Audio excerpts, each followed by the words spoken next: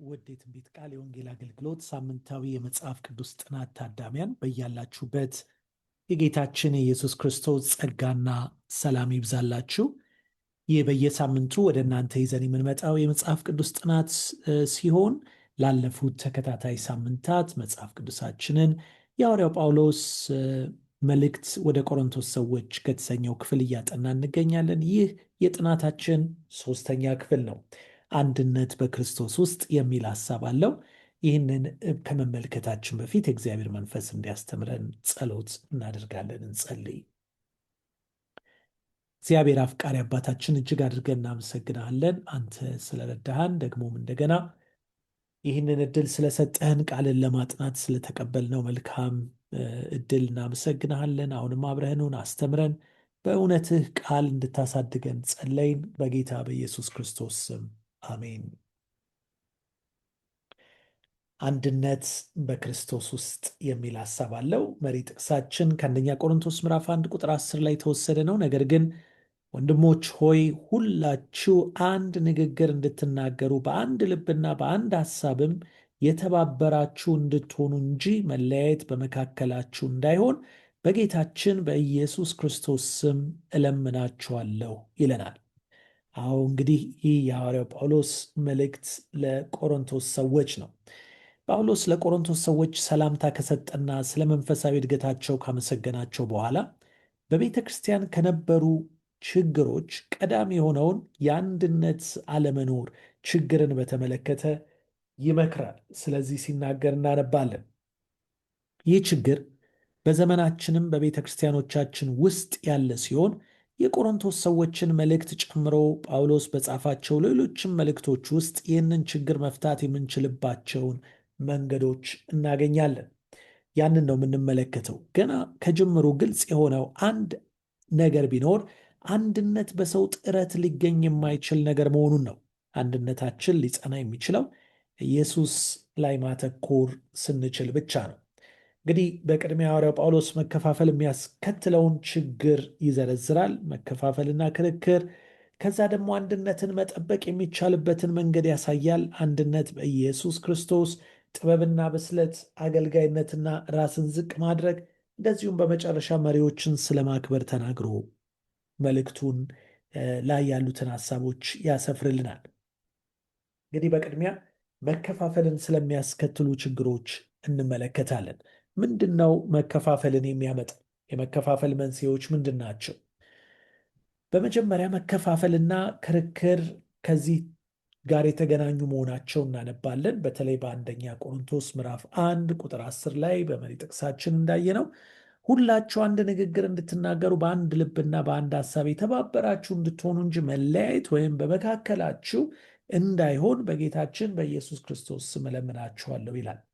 በቆሮንቶስ ቤተ ክርስቲያን ውስጥ ምን አይነት መከፋፈሎች ነበሩ ብለን የጠየቅን እንደሆነ አንደኛ ቆሮንቶስ ምዕራፍ 1 ቁጥር 12 የሚከተለውን ይነግረናል። በቆሮንቶስ ቤተ ክርስቲያን ውስጥ እንደ ጳውሎስ፣ አጵሎስና ጴጥሮስ ያሉ በርካታ መሪዎች በቆሮንቶስ አልፈው ነበርና እያንዳንዱ ምዕመን ለራሱ የሚመቸውን ሰባኪ መርጦ እንደነበር እናያለን። ይህ ጉዳይ አለመስማማትን እስኪፈጥር ድረስ ደግሞ ጎልቶ በመካከላቸው እንደተንጸባረቀ አሁንም በአንደኛ ቆሮንቶስ 1:11 ላይ እናነባለን። ከዚህም የተነሳ የቆሮንቶስ ሰዎች የሁሉም ስብከት አንድ መሆኑን ዘንግተው በጥቃቅን ጉዳዮች ላይ ሲባክኑ እናያለን። እኔ የአጵሎስ ነኝ፣ እኔ ጳውሎስ ነኝ፣ እኔ ደግሞ የጴጥሮስ ነኝ ይላሉ። ቀስ በቀስ የቤተ ክርስቲያንን ኑሮ ይህ ችግር መጉዳት ጀምሮም እንደነበር እናነባለን። በአንደኛ ቆሮንቶስ 3:3 ላይ አንድነታቸው እጅግ ደቆ የጌታ ደግሞ የታየበት መንገድ የጌታ እራት ስነስርዓት እንኳን ተስተጓጉሎ እንደነበር እናያለን። በፍርድ ቤት እስከ መካሰስም ድረስ ተቀያይመውም የነበረበት ሁኔታ እንደነበር ከአንደኛ ቆሮንቶስ ምዕራፍ 6 ቁጥር 1 ላይ እናነባለን። ስለዚህ እነዚህ ሁሉ በእርግጥም በመካከላቸው የነበረው ችግር እጅግ የገዘፈና የሰፋ እንደነበር የሚያሳዩ ናቸው። ታዲያ አንድነትን መጠበቅ የሚቻለው እንዴት ነው? ልዩነቱንስ ጳውሎስ ገለጸው፣ አብራራው፣ መንስኤውንም ጠቆመ። ችግሩ ምን ያህል አስቸጋሪና ለከፋ ጉዳት የሚዳርግ መሆኑን አሳየ። ግን ጥያቄው ከዚህ ችግር መላቀቅ የሚቻለው እንዴት ነው? መፍትሄው ምንድን ነው? አንድነትን መጠበቅ የምንችለው እንዴት ነው? አንድነት በኢየሱስ ክርስቶስ ብቻ እንደሆነ ጳውሎስ ይናገራል። ወደ ልጁ ወደ ጌታችን ወደ ኢየሱስ ክርስቶስ ኅብረት የጠራችሁ እግዚአብሔር የታመነ ነው የሚለን ለዚህ ነው። በአንደኛ ቆሮንቶስ ምዕራፍ 1 ቁጥር 9 ላይ ክርስቶስ ተከፍሎአልን ብሎ ይጠይቃቸዋል። አንደኛ ቆሮንቶስ 1:13 ጳውሎስ ስለ እናንተ ተሰቀለን ወይስ በጳውሎስ ስም ተጠመቃችሁን በማለት ይጠይቃቸዋል ጨምሮ። ጳውሎስ እነዚህን ጥያቄዎች መጠየቁ ወደ ልባቸው ይመለሱ ዘንድ ያነሳው ጥያቄም እንደሆነ ልብ እንላለን እንጂ መልሶ የታወቀ ነው። የሞተላቸው ክርስቶስ እንጂ ሰው አይደለም።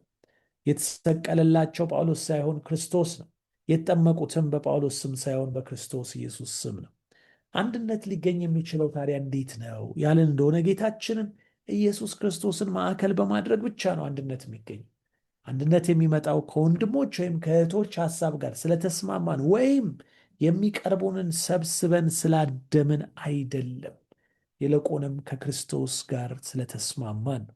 በኢየሱስ ያለ አንድነትና ፍጹም የሐሳብ ስምምነት የተለያዩ ነገሮች ናቸው። በሁሉም ጉዳይ ተመሳሳይ ሐሳብ ይኖረናል ማለት አይደለም፣ ደግሞም አይቻልም። ወይም በተግባራችን ወጥነት ይኖረናል፣ አንድ አይስበን አንድ አይነት ነው የምናደርገው ማለትም አንችልም። ነገር ግን ትናንሽ የአመለካከት ልዩነቶችና የእያንዳንዱ ሰው የተለያየ ተሰጥኦ ክርስቶስን ማዕከል ያደረገ ሲሆን አለመስማማትን ከመፍጠር ይልቁንም አንድነትን የበለጠ የሚያጎለብት ይሆናል።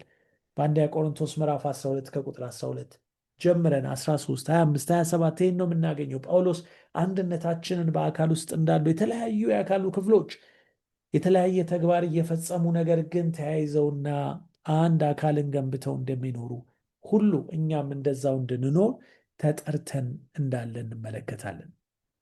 አዎ በቤተ ክርስቲያን ውስጥ አንድነት የሚመጣው እኔነትን በመግደልና ለኢየሱስ በመኖር ብቻ ነው። ሌላ መንገድ የለም።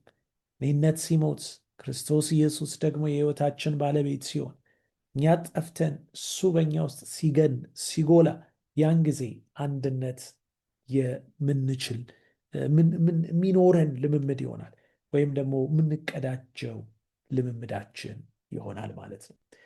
ቀጥሎ ጳውሎስ ስለ ጥበብና ብስለት ያወራል። እኔ ወንድሞች ሆይ ይላል የሥጋ እንደመሆናችሁ በክርስቶስ ሕፃናት እንደመሆናችሁ እንጂ መንፈሳውያን እንደመሆናችሁ ልነግራችሁ አልቻልኩም በማለት በአንደኛ ቆሮንቶስ 3:1 ላይ ይናገራል። ጳውሎስ ያልበሰሉ ክርስቲያኖችን በክርስቶስ ሕፃናትና ሥጋዊ ብሎ ይጠራቸዋል። እንዲህ ያሉት ክርስቲያኖች ትኩረታቸው በኢየሱስ ላይ ሳይሆን በሰዎች ላይ ነው። ለአንዳንድ መሪዎች ከሌሎች ይልቅ ያልተገባ ክብርን ሲሰጥ ቤተ ክርስቲያንን የሚከፋፍሉ ቡድኖች ይፈጠራሉ። ይህ ያለመብሰል ውጤት ነው። ስለዚህ ጳውሎስ በክርስቶስ ወደ ብስለት እንድንደርስ ይጠራናል። አንደኛ ቆሮንቶስ 2:6 ላይ እስቲ ያለመብሰልና ብስለትን እያነጻጸርን እናያቸው።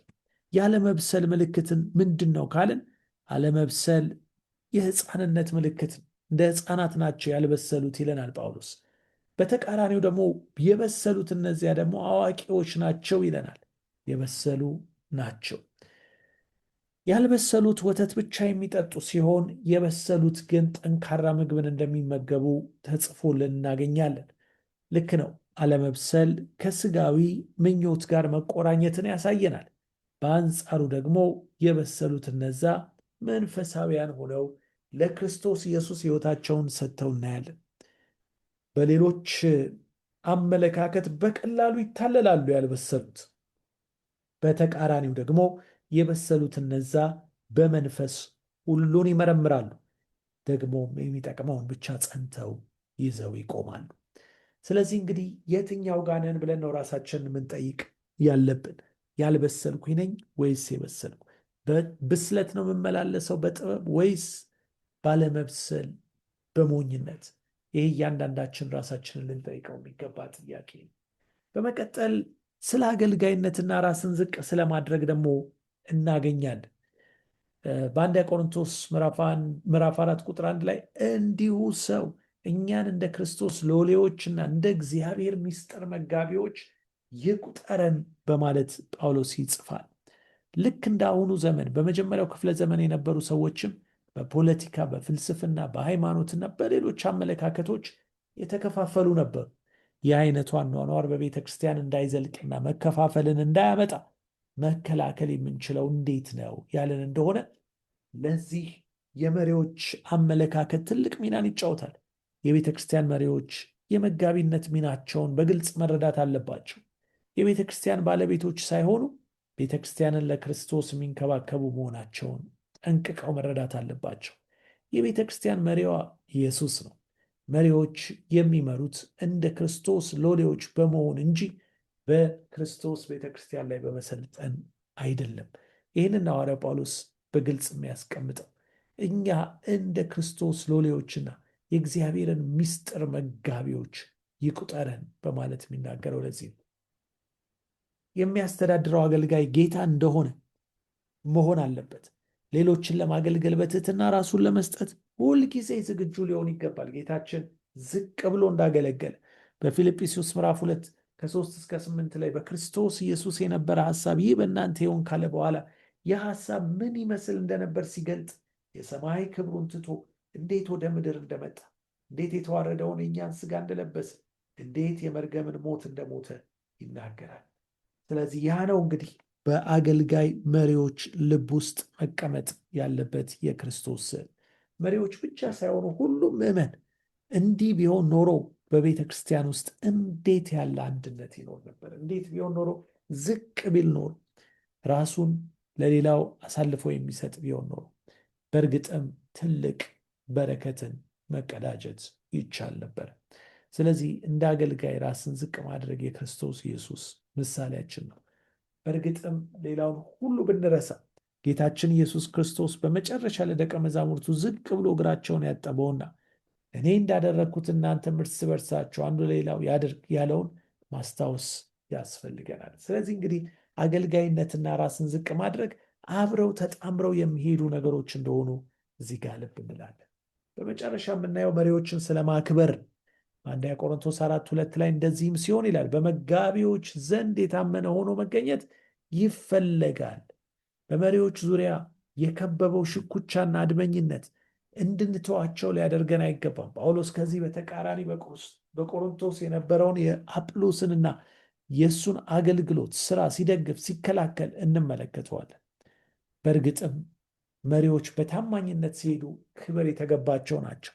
ነገር ግን ያንን ክብር ባይቀበሉ እንኳን የሚፈርድላቸው ሰው ሳይሆን እግዚአብሔር ራሱ መሆኑን በማወቅ ታማኝ ሆነው መቆየት እንዳለባቸው ጳውሎስ ያስተምራል። ታዲያ ክርስቲያን መሪዎች የኢየሱስን ዱካ ተከትለው ለወንድምና ለእህቶቻቸው ሲሉ መከራን ለመቀበል ፈቃደኛ መሆን አለባቸው።